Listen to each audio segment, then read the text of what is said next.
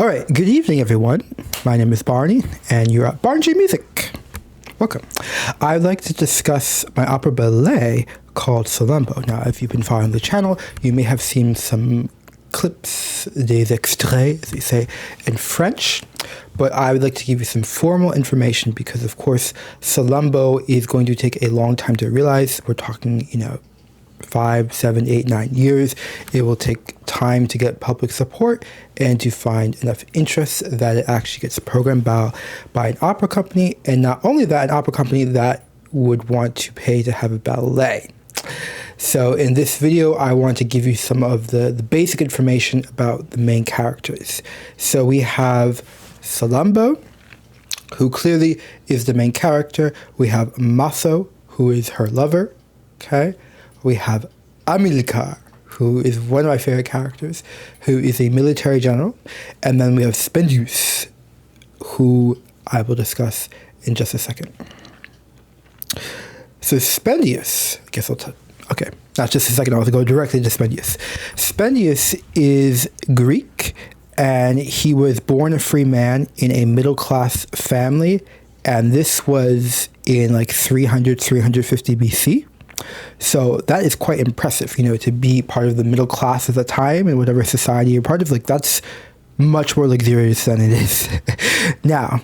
Now, he was a free man, but he was captured by Carthage, which is a very powerful merchant city in what is now Tunisia, and enslaved. And he spent, I think, at least 5 years, enslaved by Carthage. And he is eventually freed from captivity by the mercenaries. So Carthage is a very powerful merchant city, like I said, and they don't have enough men to fight their wars. So they have to hire mercenaries from throughout the African continent, as well as parts of Asia, I think as far as India, which is incredible at this time in history, as well as what we now call Southern Europe. So the mercenaries who end up going to war with the city of Carthage, they free the slaves because there's a festival, they get drunk, they're celebrating a military victory, and to kind of stick it, shall we say, to Carthage, they free the slaves. And so Spendius is freed, and he ends up becoming, at some point, a military general. Now let's hop on to to Amilcar. So Amilcar, so in French, you don't pronounce the H for Amilcar, but in English, you could call it Hamilcar, okay? So Amilcar is a great military general of Carthage. And one of the things that makes him great, and you have to have you have to be sophisticated in your understanding of the English language, that great doesn't always mean good, right? Great can mean excellent at what he does. And he's willing to do things that no one else will do in order to win the war. Okay, and so he's brought a number of military successes to Carthage, and he's feared by the rich men who really control Carthage because of his power and because he has the pulse of the people. And what I really like about Amilcar is, on one hand, of course, you look at his record, and you'll see in the opera, he's a war criminal. By modern day standards, of course, he's a war criminal. But there are moments where you see immense humanity and a certain even-handedness that you would not expect. For example, there is not a pivotal scene, but there's a scene that I really love where he's invited back to Carthage, because in this story, he's in retirement at the beginning. But once Carthage is attacked and they start losing the war, we need Amilcar.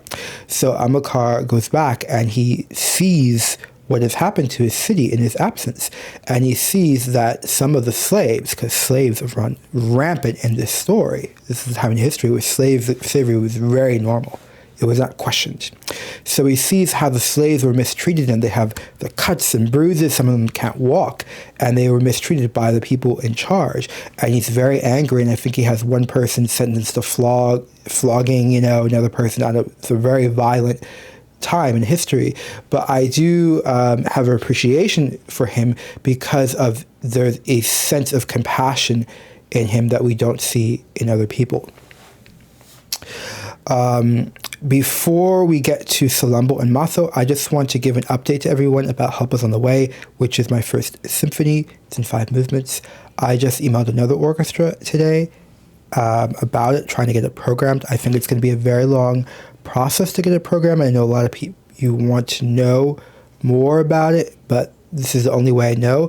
The other path, of course, is to fund the symphony myself, which is incredibly expensive. But like I've mentioned in previous videos, I'm trying to create a lucrative economic engine that hopefully in time would give me enough income that I could hire the musicians and ultimately have a permanent orchestra. So, a lot to work on these days. All right, so let's get back to it.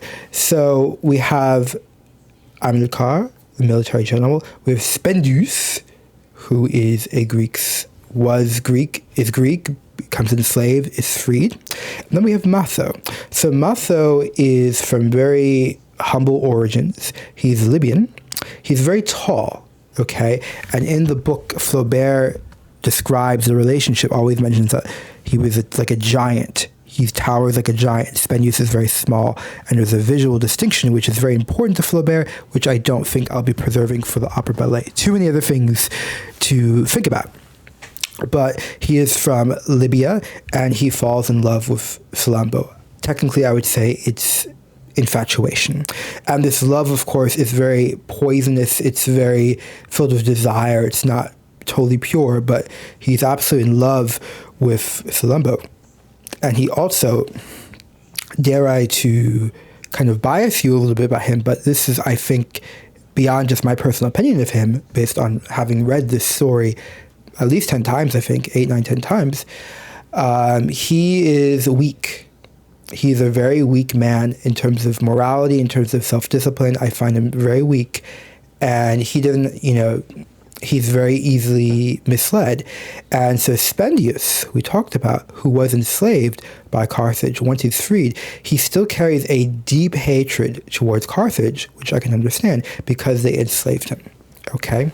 And so what he does is he befriends Mathô, and the Mathô actually ends up becoming a military general just because he has the look, or he has a certain mysteriousness or ferociousness that inspires fear, and so becomes military general.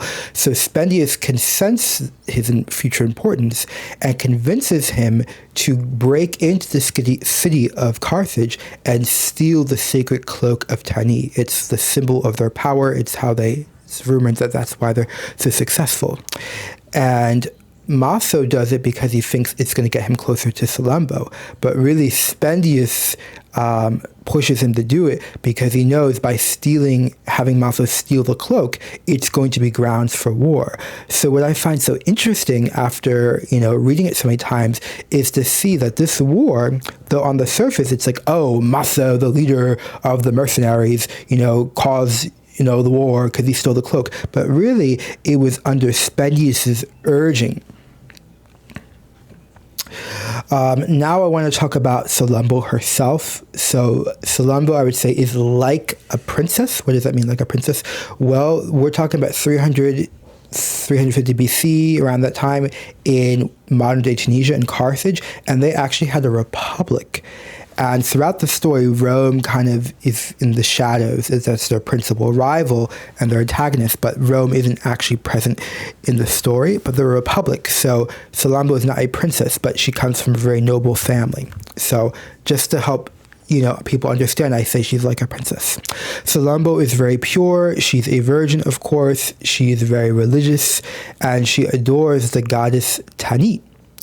And Tani has a sacred cloak, which we just talked about, which Mathô steals. So he steals the sacred cloak of Tani. Then he feels, this surge of inspiration and confidence. Again, I think he's very weak because he needed that cloak to approach her. He goes into her apartment, very bold at this time in history for a man to be in a woman's apartment, and he presents himself.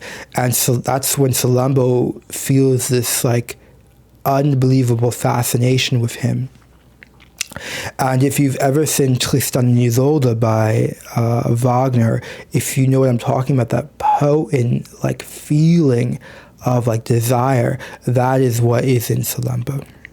Thank you so much for watching, and if you want to know more about Salammbô, you can let me know in the comments, or you can look out for future videos.